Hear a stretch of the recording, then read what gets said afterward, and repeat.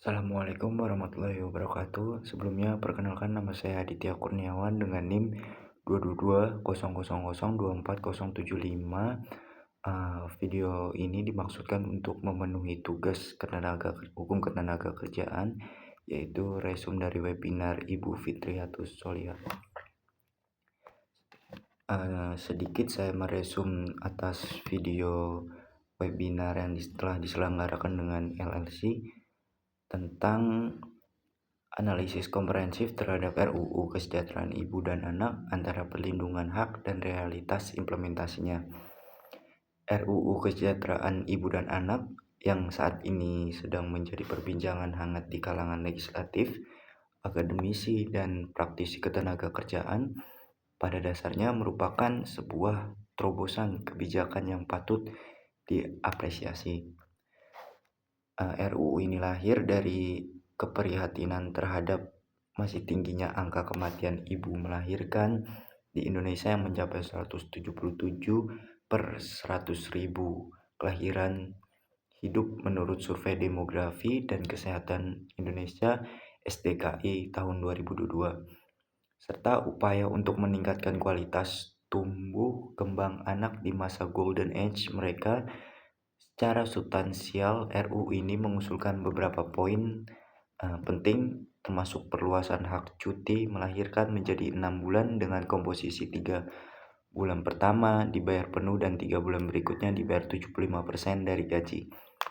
Hak cuti pendampingan bagi suami selama 40 hari, penyediaan fasilitas laktasi di tempat kerja, serta larangan pemutusan hubungan kerja atau PHK selama masa cuti tersebut. Kebijakan ini sejalan dengan beberapa konvensi internasional yang telah diratifikasi Indonesia, khususnya Konvensi ILO nomor 183 tentang perlindungan kehamilan dan merekomendasikan cuti maternal minimal 14 minggu. Namun demikian, menurut analisis mendalam yang disampaikan oleh pakar hukum ketenaga kerjaan Ibu Dr. Fitriatus Soliha itu sendiri, implementasi RUU KIA ini tidak bisa dilihat sebagai kebijakan yang berdiri sendiri, melainkan harus dipahami dalam konteks sistem hukum dan ekonomi yang lebih luas. Dari perspektif hukum terdapat beberapa kelemahan struktural yang perlu mendapat perhatian serius. Pertama, terjadi tumpang tindih regulasi tentang Undang-Undang Nomor 13 Tahun 2003 tentang ketenaga kerjaan yang saat ini hanya mengatur cuti melahirkan selama 1,5 bulan sebelum dan 1,5 bulan setelah melahirkan, total yaitu 3 bulan. Yang kedua, tidak adanya kejelasan mengenai mekanisme penyelesaian sengketa dan sanksi bagi pelanggar, sementara dalam UU Ketenagakerjaan telah diatur secara tegas sanksi pidana dan administratif bagi perusahaan yang melanggar ketentuan cuti melahirkan. Yang ketiga, asas lex specialis derogat legi generale dalam ilmu hukum seharusnya menjadikan pengaturan khusus dalam UU Ketenagakerjaan sebagai acuan utama dalam ketenagakerjaan, bukan sebaliknya. Dari sisi ekonomi, dampak yang mungkin timbul dari implementasi RUU ini cukup kompleks dan multidimensi. Pada tingkat makro, kebijakan ini berpotensi mempengaruhi iklim investasi di Indonesia. Data dari Badan Koordinasi Penanaman Modal BKPM menunjukkan bahwa 67% investor asing mempertimbangkan faktor biaya tenaga kerja dalam keputusan investasi mereka. Kenaikan biaya tenaga kerja akibat kebijakan cuti panjang ini dapat mengurangi daya saing Indonesia dibandingkan negara ASEAN lainnya seperti Vietnam atau Thailand yang memiliki kebijakan cuti melahirkan yang lebih pendek.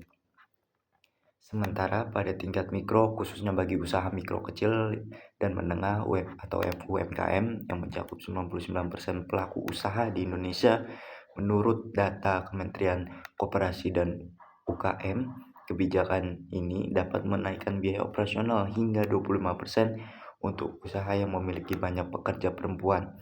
Beban ini akan semakin berat mengingat seberapa besar UMKM di Indonesia masih bergerak di sektor tradisional dan margin keuntungan yang tipis.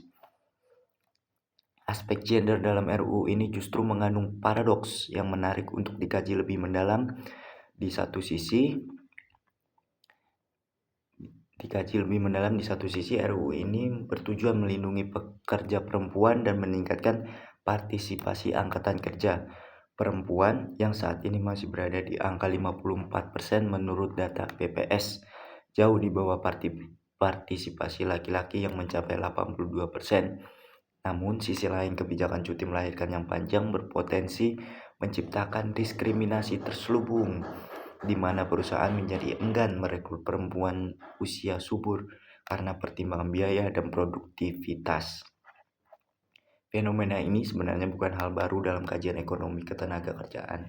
Studi yang dilakukan oleh OECD pada tahun 2019 di 25 negara maju menunjukkan korelasi negatif antara durasi cuti melahirkan dengan tingkat partisipasi angkatan kerja perempuan, di mana negara dengan cuti lebih panjang cenderung memiliki partisipasi yang lebih rendah. Pengalaman internasional dalam pengimplementasian kebijakan cuti melahirkan panjang ini bisa menjadi bahan pembelajaran berharga untuk konteks Indonesia. Negara-negara seperti Skandinavia seperti Swedia dan Norwegia yang sering dijadikan rujukan keberhasilan kebijakan cuti panjang hingga 480 hari di Swedia memang mampu mengimplementasikannya dengan baik, namun dengan beberapa prasyarat penting. Yang pertama, sistem pembiayaan yang didukung oleh pajak tinggi, tax to GDP, rasio Swedia mencapai 42,6% dibanding Indonesia hanya 10,3%. Kedua, budaya kerja yang sudah sangat terbentuk dengan sistem kerja fleksibel dan work-life balance yang baik.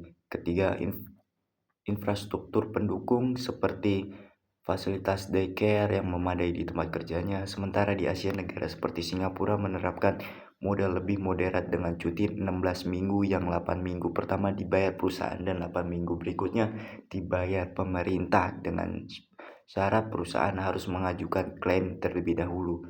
Untuk konteks Indonesia, diperlukan pendekatan yang lebih komprehensif dan bertahap dalam pengimplementasian RUU KIA ini. Yang pertama penting adalah melakukan harmonisasi hukum dengan menyelaraskan ketentuan dalam RUU ini dengan UU Ketenagakerjaan yang sudah ada. Kedua, menyusun skema pembiayaan yang berkelanjutan dengan melibatkan 3 pemangku kepentingan utama tripartit, pemerintah melalui anggaran negara, perusahaan sesuai kemampuannya, dan bekerja melalui iuran BPJS Ketenagakerjaan. Ketiga, membuat kebijakan insentif yang tepat bagi pelaku usaha seperti tax allowance atau kemudahan perizinan bagi perusahaan yang patuh. Keempat, menerapkan sistem uji coba terbatas pilot project selama 2-3 tahun pada BUMN dan perusahaan besar terlebih dahulu sebelum diterapkan secara nasional, disertai dengan evaluasi menyeluruh terhadap berbagai dampak yang muncul. Implementasi RUU KIA yang ideal seharusnya tidak hanya berfokus terhadap perluasan hak cuti semata, tetapi juga membangun ekosistem pendukung yang komprehensif. Hal ini termasuk penyediaan fasilitas kesehatan maternal yang memadai, program pelatihan ulang, reskilling bagi pekerja yang kembali dari cuti panjang, penguatan sistem daycare di tempat kerja, serta edukasi kepada perusahaan tentang manajemen SDM yang inklusif.